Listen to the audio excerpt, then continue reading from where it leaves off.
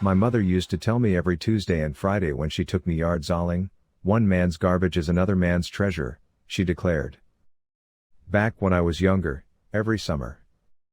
I have to confess that looking at what other individuals had for sale was somewhat interesting. Back then, I received several extremely wonderful toys. G.I. Joes. Legos. One day, I even discovered a full robots game. It's still in my closet upstairs. I adore that sport. Anyway, Mom used to discover some great things as well. Purses. Shoes. Knickknacks. Mom stuff, you know. She used to buy things for Dad as well. As I became older, we started going shopping, as my mother termed it, in addition to Tuesdays and Fridays. We used to go around the neighborhood in Dad's vehicle every Sunday night, the night before garbage pickup. Dad stayed at home because shopping wasn't exactly his thing. To see what people were discarding in their trash, we would drive around town in Dad's pickup. Dressers. Tables. A bed frame. Various things. Some of it was in fair shape, some needed some minor repairs, and some of it was pure garbage. The nice things that Mom and I brought home, Dad would refinish, and then they would either keep them or sell them at their own yard sale. It was an excellent method to earn extra money.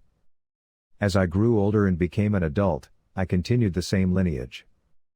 Every chance I get, I go yard zolling, bring home furniture from the side of the road, and recently I've started exploring random wooded areas in search of new treasures. And I discovered one 3 months ago. No. I really did discover one. Well, the first thing I discovered made me unhappy. But what happened afterwards made me chuckle. You see, I had just left for home after work. For North Providence Telephone Company, I work as a linesman. Who is interested in that? Anyway, I was driving my old Honda home at the time. Further up the road, there was an accident that stopped all traffic. I had had enough of the heat because it was close to 100 degrees outdoors, my car lacked air conditioning, and I had spent the majority of the day outside. At the next crossroads, I took a gradual right turn into the road shoulder, something you really shouldn't do.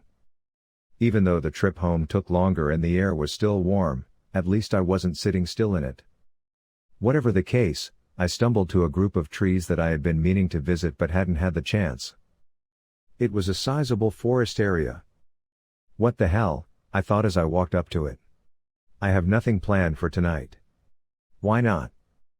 So, just before the trees, I applied the brakes and parked the car on the grass. I shut off the automobile after putting it in park. Since I had no idea how long I would be inside and it would soon be becoming dark, I opened the glove box and took my flashlight out. I parked the car, locked it, and pressed the alarm button on my key ring. In this manner, when I'm done looking, I could set the alarm and perhaps hear the car beep, allowing me to locate it again by listening for the sound. Anyway, I entered and started to explore. The air had an odd thickness to it. In the trees, it was a little cooler but it was still really hot. After searching for around 30 minutes, I only came upon an old John Deere hat, a worn-out shoe, and a damaged pair of sunglasses. At that point, the sun had begun to set. I turned on my headlamp and kept scanning the area. I continued to wander for another 20 minutes without finding anything. The moment I was about to give up, I heard a disturbance to my right. I made a swift turn in that way. I thought I spotted someone standing by a tree for a brief moment. The figure vanished as soon as I blinked my eyes. Then I noticed it. At first, I had no idea what it was. It was large, I just knew it. I approached it while holding the light above it. God, oh God. A vehicle. No fucking way. I muttered to myself. How on earth did it enter here? The automobile was completely destroyed. The doors and seats were still in place despite having graffiti all over it, flat tires, broken glass, and numerous dents. Even though the seats were destroyed, they were still solid. The ignition still has the keys in it. Because of all the damage, I couldn't identify what kind of car it was. I walked past it nonetheless, nearly tumbling to the ground after tripping over a tree root. When I came to the passenger side, I unlocked the back door and peered inside with my flashlight, but I didn't see anything unusual. Mostly fast food containers, candy wrappers, and styrofoam cups. After opening the front door, I proceeded to the front seat and sat down there. There was nothing unusual about that either. A book of matches is on the floor, along with some used cigarette butts in the ashtray and a drink can in the cup holder. I'm not sure what told me to do it, but I was instructed to check the glove box. Then I did. When I opened it, the door, some used paper towels, ketchup packets, and a cassette tape bearing the words "Play Me" on it, inside a case made of transparent acrylic. Now, we've all seen the movie where the main character discovers a VHS tape with the same words in their new home's closet. When they play it, odd things start to happen. You are aware of what I'm referring to, right? In any case, I won't lie. I considered ending the conversation there because that movie completely terrified me out. But this was the most intriguing and amazing thing I've ever discovered. Screw that. I'll take it. I have an old boom box in the garage that can play this, I reasoned. Nevertheless, I took it, put it in my pocket, got out of the car, locked it, and pressed the alarm button on my keys. I then heard the car beep approximately 20 feet to my left, walked to my car, and then I drove home. I located the vintage boom box and played the tape. When I heard that, I couldn't believe it. I went ahead and verbatim transcribing the tape. I completed it in about a half hour. This is it. There are times in life when you simply grow weary of being who you are. Being who you really are. You then alter it. In other words, if you don't like your job, you may find another. Right? You change an aspect of oneself that you don't particularly like. Right? That's what I did, I suppose. For the first year or two, I had trouble. There was temptation waiting around every bend. Still, I did it. I had finally, in my mind, moved past my past. See, I've managed to keep the ghosts of my past at bay for the past 12 years. Prior to tonight. The events of tonight brought everything to the fore. Now, before I begin, allow me to briefly introduce myself. Dan is my name. Do it now. Laugh at me if you want. Dan the dork, I'm aware. Ha ha. Really humorous. You've got your fill of entertainment for the day, how about we move on? Now, Dan is an ancient Irish name, in case you didn't know. On my father's side, both my grandfather and grandmother were born in Ireland. About my second set of grandparents, I know nothing. Currently, my grandparents moved here, to the good old U, not long after their marriage. Of A. Most likely, my grandfather made the choice. Most likely, my grandmother had no influence on the decision. Back then, marriages were very different. Anyway, my grandfather obtained a position as an apprentice with a watchmaker here and, I believe, used the skills he had acquired over the years to create his own business. My grandmother's pregnancy was announced shortly after that. For those of you who are unfamiliar with the meaning of the phrase "with child," it simply indicates that the woman in question is pregnant. Anyway, 9 months later I gave birth to my father. At the age of 19, my father then wed Emily, a woman who was 2 years his senior. The pair was only married for a short period of time, 5 precise years, before divorcing due to irreconcilable issues. My mother and father only created one significant thing throughout those 5 years. Me. Despite being Irish, I don't have an accent. Now, after the divorce, I reportedly moved in with my father when I was 3 years old, and based on what I've learned from my investigation, I was sent to the Bennington School for Boys not long after because of unpredictable outbursts and behavioral issues. If you're curious, I did my own investigation on Ancestry.com to discover all of this. Almost nothing about my mother or father escapes my memory. I have no desire to want to know any of them after my father locked me in that god-awful dungeon and my mother essentially abandoned me. Anyway, when I was about 5 years old, I realized that I was, a special youngster. Unique. Yes, that is a suitable name for it. That's all I'll say about it. As you can probably already guess, I was quite the handful as a kid.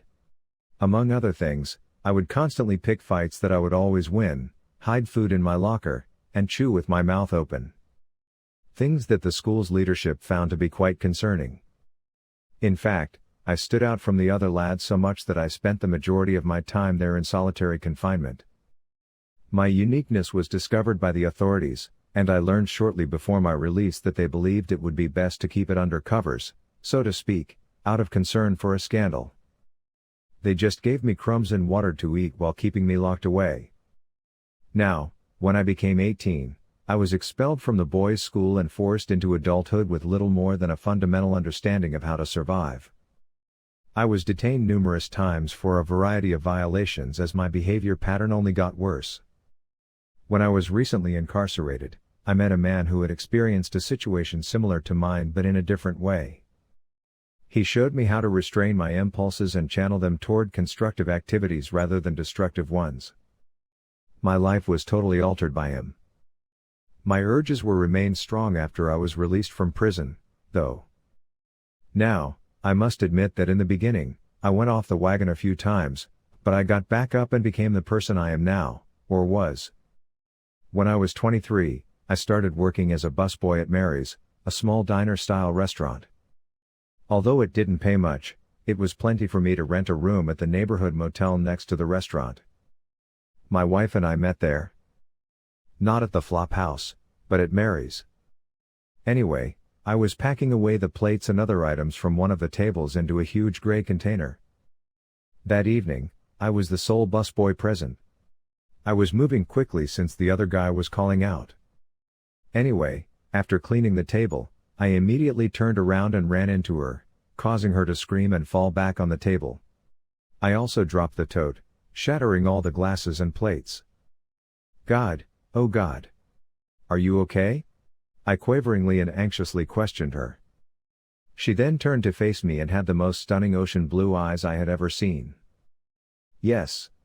I'm good. She grinned and added, you simply startled me. My apologies. I said while grabbing the tote. My employer is going to murder me. I murmured as 3 further girls passed by laughing. Allison, are you arriving or not? One of them uttered. I'll be there in no time. She smiled, waved, and mouthed bye to me in response.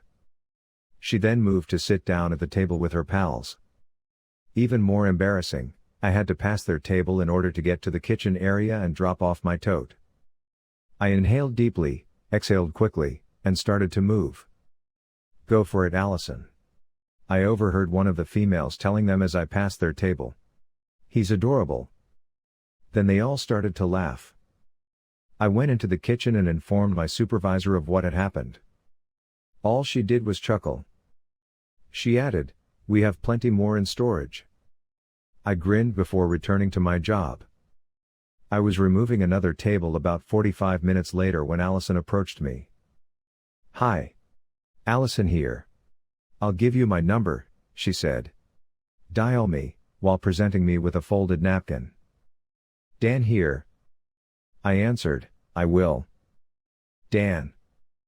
Cool name, she exclaimed. She then waved, grinned, mouthed bye once more, and moved away. Just as she was about to walk out the door, she turned around and waved once more. The following day, I called her, we began dating, and a year later, we were wed. I apologize for rambling, I just enjoyed to share that particular tale. As I already mentioned, we got married a year later. Until I had enough money to afford an actual apartment, we lived in a small basement flat with her parents. We had a boy as our first child 2 years later. We gave him the name Stephen. We then had our second kid, this time with twins, 2 years later. A girl. We chose the name Kylie for her. I acquired a car during that period and was promoted to host, which earned significantly more than busboy. Allison obtained employment as a librarian's assistant and acquired a vehicle. With 2 children in all, we gradually saved what little money we could and eventually purchased a modest ranch-style home in the town with 3 bedrooms. Everything was going well. My wife and I had 2 fantastic children, a lovely home, and a good-paying job. I was also married to a woman who was breathtakingly gorgeous. Before tonight. Everything went south tonight. The phrase "the road to hell is paved with good intentions" is unquestionably accurate. My motives were honorable. I did everything I could to defend my wife and my family. But in doing so, I unintentionally created the mental hell I'm currently in. See, we had dinner and a movie for family night out last night. I drove as we borrowed her car. The keys to our respective autos are in our possession both. Anyway, after watching Shark Boy and Lava Girl in the theater, we had dinner at Texas Roadhouse. Everyone was enjoying themselves greatly. We made a gas stop en route home. I don't enjoy letting the tank get down to a quarter, so we might not have made it home. Stopping to get petrol is a choice I now regret making. To the pump, we pulled. The kids wanted to explore while Allison had to use the restroom. Thus, we all entered. For everyone, I held open the door. The children went first, followed by Allison and me. The kids rushed to the food aisle, Allison hurried to the restroom, and I proceeded to the counter to make my purchase. Why didn't he just use his debit card at the pumps? I know what you're asking. That's because I don't have one, I guess.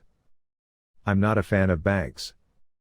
I don't need anything if I can't pay cash for it.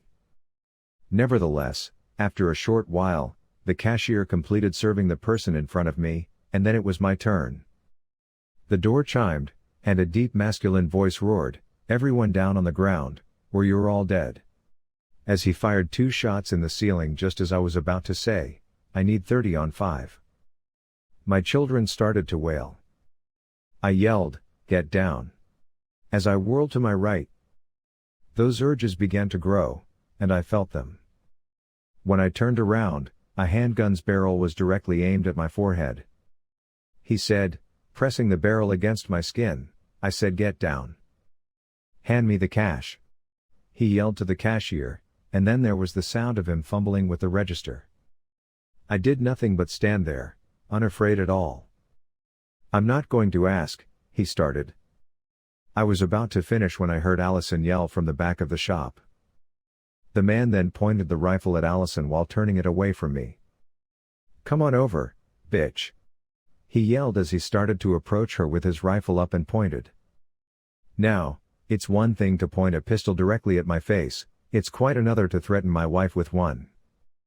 Turning to face the clerk, I said in a low voice, "Get down, and stay down." Those urges I indicated before, though, they did really surface. My eye sockets shifted, and redness began to obscure my vision. I could feel my entire muscular system and skeletal structure changing into who I really am. As it swelled to cover my entire body, thick black hair started shredding my garments as it pierced my skin. My teeth and nose were swapped out with a long, gated snout. The top of my skull became home to my ears. My hands and feet turned into talons. I stooped to my knees and growled, sending chills down my spine. It only took a few seconds to fully metamorphose. Then, as I jerked back, the guy turned around. As I lunged on him, he fired his final 4 shots right into my chest, which caused him to drop the gun. The bullets had no effect. They weren't even painful. A werewolf can only be killed by a silver bullet. Anyway, in one bite, I took off his entire face. There was blood all over. I started pulling apart every part of his body. Then, I heard Allison yell. She had a look of panic on her face as I stood and stared at her. I moved past the bloody, disfigured body and moved in her direction. "Leave me alone. You evil one. Kids, don't look," she yelled. "Move along." She gathered the children in an instant, raced screaming out the door. I was limited to observing. Before they went, I ran into my kids. My children are looking at me with fear. Never would I harm my wife or children. Ever. I was keeping them safe. I quickly changed back and hurried to the door where I saw Allison and my kids leaving the petrol stations. My heart was utterly torn apart. I was defending you, I was. I hung my head and muttered, I was guarding you. I said with tears in my eyes. Then I heard distant sirens blaring. The cashier was behind the counter when I looked up and noticed her. He indicated the back. Go to the back exit. As the sirens grew louder, he said. In an effort to locate Allison and the kids, I dashed out of the back door and sprinted the more than 10 kilometers to our house. However, they weren't. Her entire wardrobe as well as the children's clothing was gone. The living room's wall-mounted print of our wedding was shattered, with the pieces ending up on the floor. I felt a small part of myself die when I saw that. I knelt down and sobbed for what seemed like hours. Then I stood up and made my way to our bedroom. The only item my mother ever got me was this, so I went over to my dresser and took it out. A little box in black. You'll know when you have to use this, she told me as she handed it to me outside the courthouse, stroked my hair, and then she left. I hadn't seen her since then. I didn't comprehend back then, but I do now. You see, there is a silver bullet inside the box. For all these years, I kept it.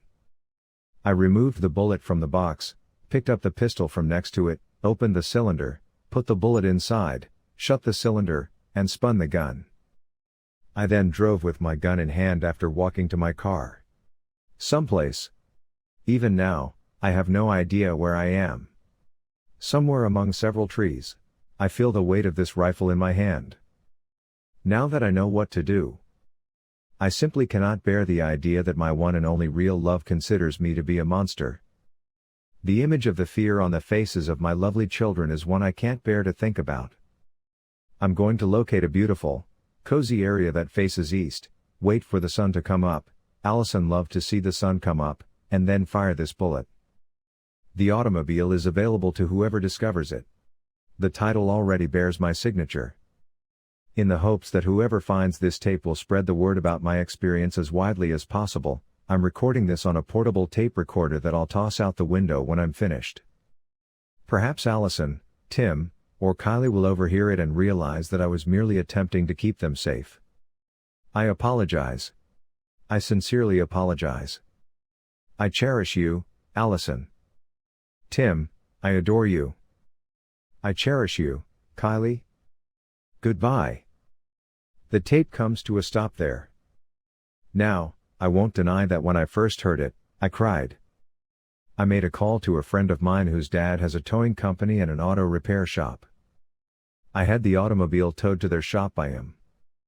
I fashioned a cross out of 2 old planks I had lying around the yard, painted it white, and inscribed the word Dan before planting it where I discovered the automobile after it had been towed. I did the best I could considering I don't know exactly where he passed away. Nearly 20 feet from the automobile, I also discovered a broken portable tape recorder. It was saved, and I placed it in the glove box. After doing some research, I learned that a suicide had occurred in those woods in 2003. According to police records, the victim's name was Dan Kelly, and the driver's license he had in his wallet served as proof. I spent every penny I had on the restoration of the vehicle, and to my surprise, it turned out that the enormous pile of rubbish was actually a 1960 Chevy Camaro hardtop. My ideal vehicle. I'm sure, right? They had to wait 2 months for it to be fully restored. As I'd always desired, I had it painted candy apple red with flames on the side. The DMV also gave me a vanity plate with the number 4 Dan written on it. Because I allowed him to use the before and after photos in his sales flyers, my friend's father gave me a discount. It has been my daily route for the past month or so. I gave the neighborhood Salvation Army my Honda. While they were repairing it for 2 months, I posted this tale on Facebook and Twitter and encouraged as many people as I could to listen to the audio, as Dan had requested. I so decided to share it here as well. I'll think you're Dan if you can hear me from wherever you are. You know, occasionally while I'm out and about, I swear, I catch a glimpse of someone sitting in the passenger seat who resembles the figure I first noticed in the woods when I discovered the car. But they're gone when I turn around.